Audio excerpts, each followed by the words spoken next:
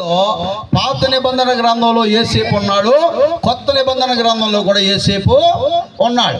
ఇక్కడ చెప్పుకున్నటువంటి యేసేపు ఎవరనంటే యాకోబు కుమారులలో ఒక కుమారుడు యేసేపు. కొత్త నిబంధన గ్రంథంలో యేసుక్రీస్తు యొక్క తండ్రి యేసేపు. వారు వేరు వీరు వేరు. చాలా మంది యేసేపు అని అనగానే చాలా మంది కన్ఫ్యూజ్ అయిపోతారు. కొత్త నిబంధనలో ఉన్న యేసేపా, పాత నిబంధనలో ఉన్న యేసేపా?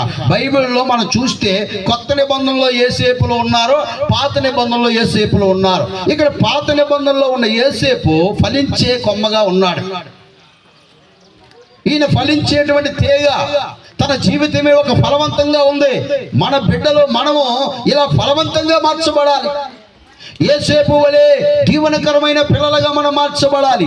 మన బిడ్డలు యేసేపు వలె ఫలించే తీగలుగా, ఫలించే కొమ్మలుగా, ఫలించేవారిగా ఉండాలి. ఈరోజు గమనిస్తే యేసేపు జీవితం చాలా ఉన్నతమైనటువంటి ఆ యొక్క ప్రాముఖ్యత సంతరించుకుంది. మనందరికీ తెలుసు, బైబిల్ గ్రంథంలో యేసేపు అనేటువంటి ఆయన దైవ దర్శనాలతో నింపబడ్డాడు. అనగా దేవుడే తన దర్శించేవాడు, దేవుడే తనతో మాట్లాడేవాడు, దేవుడే అతన్ని నడిపించేవాడు, అతనికి తోడై ఉన్నాడట. అతనికి తోడై ఉన్నాడు గనక యేసేపు ఏ పని చేసినా వర్ధిల్లుతున్నాడట. ఏ పని చేసినా.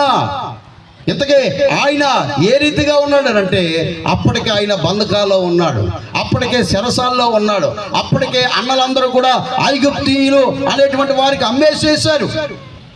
అన్నలందరూ అన్యాయం చేసి ఆ చిన్నవాడైనటువంటి యేసేపును అతన్ని అమ్మేస్తే అతను ఎక్కడికో పోయాడు, ఐగుప్తులోకి పోయి అక్కడ దేవునికి ప్రార్థన చేస్తున్నాడు. దేవునికి స్తోత్రం కలుగును గాక.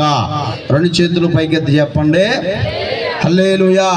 ఎక్కడో యేసేపు అనేటువంటి ఆయన ఐగుప్తిలో ఆయన ప్రార్థన చేస్తూ దేవుని అడుగుతా ఉన్నాడు. దేవుని యొక్క దర్శనాలతో నింపబడుతున్నాడు, దేవుని కృపతో నింపబడుతున్నాడు.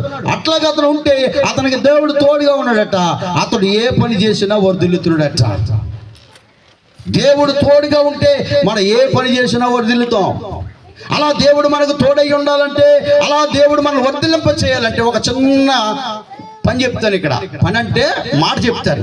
ఆ మాట ఏంటంటే యేసేపు తన జీవితంలో ఎంత పవిత్రంగా తను తాను కాపాడుకున్నాడో దేవుని పిల్లలుగా, క్రైస్తవులుగా, దేవుని బిడ్డలుగా మనము మన యొక్క మనము కూడా ఆ రీతిగా మనల్ని మనం కాపాడుకోవాలి. దేవుడు వర్ధిల్లింప చేయాలంటే, దేవుడు మన బిడ్డలను మనల్ని దీవించాలంటే, మనల్ని మన కుటుంబాలు ఉన్నతమైన స్థానాల్లోకి నడిపించాలంటే, దేవుడే మనతో సన్నిహితంగా ఉండాలంటే మనం చేయవలసిన పని ఏంటంటే మనము కూడా యేసేపు వలె పవిత్రులుగా బ్రతకాలి.